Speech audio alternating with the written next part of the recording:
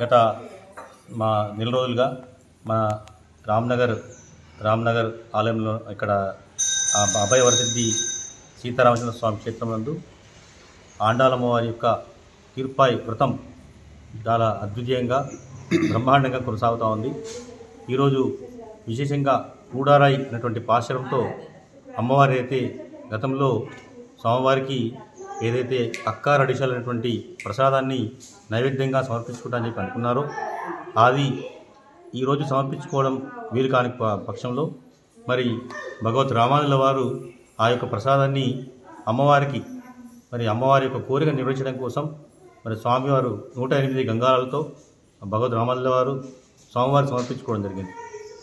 కాబట్టి ఏదైతే వ్రతం అమ్మవారు చేసిండ్రో అందరి లోక క్షేమం కోసం అందరు కూడా క్షేమంగా ఉండాలని చెప్పేసి అందరికి కూడా అన్ని పాపాలు తొలగిపోవాలి, అష్ట కష్టాలు తొలగిపోవాలి అటువంటి ఉద్దేశంతో అమ్మవారు ఆ రోజు వ్రతం పాటించింది. అందరి కోసం అందరికీ చెందినవాడు స్వామి. ఏ ఒక్కరికి అని కాకుండా కులము, మతము, ప్రాంతము, భేదము అటువంటి లింగ భేదము, వయోభేదం ఏమి లేకుండా స్వామివారు అందరికీ చెందినవారు. స్వామివారి యొక్క ప్రేమ అందరికీ చెందాలి, అందరికీ రావాలన్నటువంటి ఉద్దేశంతో అమ్మవారు ఆ రోజు మరి 5000 సంవత్సరాల క్రితం ఈ విధంగా సాక్షాత్తు మరి ఏదో మామూలుగా ఒక విష్ణుతుల వారి యొక్క తండ్రి వారు ఈ తులసి తోటలో తవ్వుతున్నప్పుడు తులసి కోసం ఆ రకంగా అమ్మవారు లభించడం జరిగింది. ఆ విధంగా అప్పటి నుంచి అమ్మవారు ఆయన విష్ణుతుల వారు స్వామివారికి పుష్పమాలికలు సమర్పించుకుంటూ ఉండేవారు. ఆ విధంగా సమర్పించుకునే సమయంలో అమ్మవారు ఏం చేసేవారంటే గోదమ్మవారు ఆ పుష్పమాలికలు తీసుకొని ఒకసారి తను ధరించి తెలియకుండా, తండ్రికి తెలియకుండా స్వామికి ఒప్పించేది. ఆ విధంగా ఒకరోజు ఈ విషయం అక్కడ వెంట్రుకలు రావడం చేత చూసినటువంటి స్వామివారు అక్కడ అర్చక స్వామి చూసిన తర్వాత ఎంత కూడా ఎట్లా వచ్చింది వెంట్రుకలు అని చెప్పేసి ఆ దోషం అని చెప్పి భావించి ఎలా వస్తుందో తెలుస్తుందని చెప్పి ఒకసారి సాక్షాత్తు తండ్రి విష్ణుతుల వారు ప్రయత్నం చేసి చూశారు. చూసిన తర్వాత తన యొక్క కూతురు ఏ విధంగా చేస్తుందని చెప్పి తెలుసుకొని చాలా వాదిస్తారు. ఆ విధంగా గద్దించి ఆమెను పుష్పమాలికలు అటువంటి ఇవ్వద్దని చెప్పి చెప్తారు. అయినా కూడా మరి స్వామివారు ఆ రోజు పుష్పమాలికలు ధరించలేదు. ఏదైతే మరి ఈ అమ్మవారు గోదమ్మవారు ఇచ్చినటువంటి పుష్పమాలికలు మరి ధరించిన తర్వాతనే స్వామివారు ధరించడం అలవాటు అయిపోయింది. కాబట్టి ఆ రోజు తీసుకోకుండా అట్లనే అంటే అప్పట్లో ఆ విగ్రహం అయితే శ్రీరంగంలో ఉన్నటువంటి విగ్రహం అవుతుందో అది మాట్లాడుతుండేది స్వామివారితో. అంటే ఆ రకంగా అందరితో అర్చకులతో మాట్లాడుతుండేది. ఆ రకంగా అర్చకులు అనేటువంటి వారు అక్కడ సాక్షాత్తు స్వామివారితో మాట్లాడుతుండేవారు. కాబట్టి ఆ రోజు ఆ పుష్పమాలికలు ఆ విధంగా ఏదైతే అమ్మవారు ధరించి ఇచ్చేటువంటి పుష్పమాలిక రోజు ఉంటుందో అది ఇవ్వకుండా అది ఇవ్వడం వల్ల ధరించలేదు. కాబట్టి అప్పటి నుంచి మరి అమ్మవారు ధరిస్తేనే ఇస్తా అని చెప్పి స్వామి చెప్పారు. కాబట్టి ఆ విధంగా గోదయి అంటే ఆ విధంగా పుష్పమాలికలు ధరించినటువంటి అమ్మగా, ఆండాలమ్మగా మరి స్వామిని పొందేటువంటి ప్రయత్నం అంటే ఏదైతే ఒక విగ్రహాన్ని మనకు స్వామివారు వైకుంఠంలో ఉంటారు, పాలకడలో ఉంటారు. ఆ విధంగా 4-5 రూపాల్లో స్వామివారు ధరిస్తుంటారు. మనకు మనస్సు లోపల ఉంటారు స్వామివారు. మరి మనసులో ఉన్న స్వామివారు మనం దర్శించలేము, వైకుంఠంలో ఉన్న స్వామివారు ధరించలేము, పాలకడలో ఉన్న స్వామిని దర్శించలేము. మరి ఇంతకుముందు రామావతారం, కృష్ణావతారం విధంగా అనేక రకాల అవతారాలైనటువంటి వివాహవతారాలు కూడా స్వామివారు మనకు వేయించేసి ఉన్నప్పుడు కూడా మనం ధరించినటువంటి మనకు ఆ యొక్క జ్ఞాపిక మనకు ఆ జ్ఞానం లేదు. కాబట్టి మరి ఏ రకంగా అందరికీ సౌలభ్యత కోసం మొట్టమొదటిసారిగా బ్రహ్మ నుంచి శ్రీరంగంలో విగ్రహాన్ని స్వామివారు ఆ బ్రహ్మకు ఇచ్చడం జరిగింది.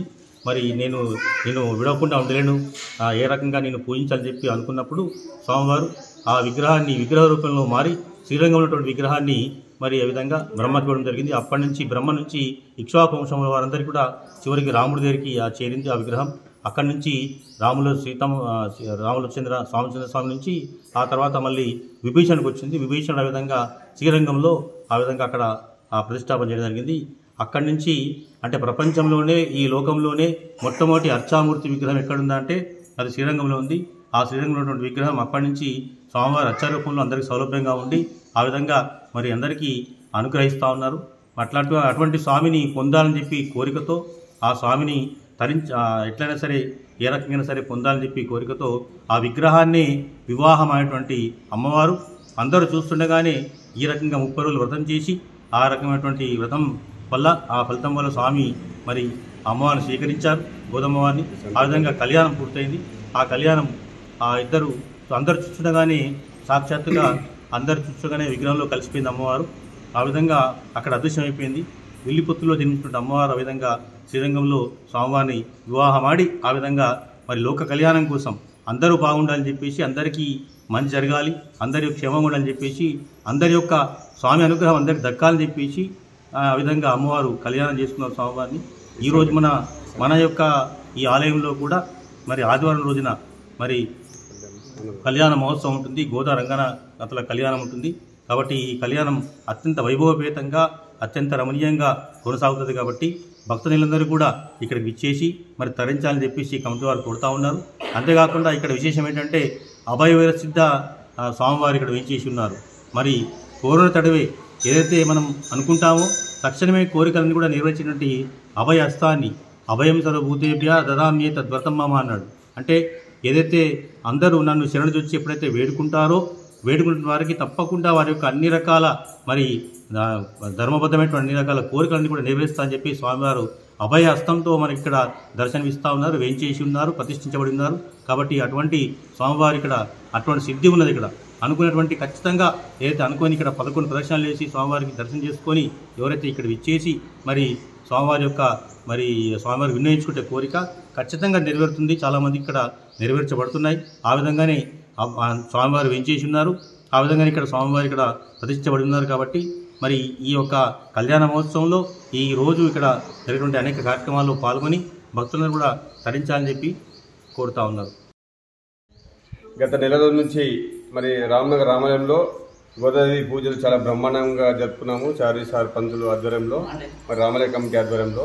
మరి ఈరోజు ఈ ఆదివారం 14వ తారీఖు రోజు మరి గోదాదేవి కళ్యాణోత్సవము మరియు అన్నదానం పెద్ద ఎత్తున కార్యక్రమం చేస్తున్నాం. కాబట్టి రామ్నగర్ ప్రజలు, ఆలూరు ప్రజలు అందరూ పెద్ద ఎత్తున హాజరై మరి అందరు తీర్థ ప్రసాదాలు తీసుకోవాలని కోరుచున్నాం.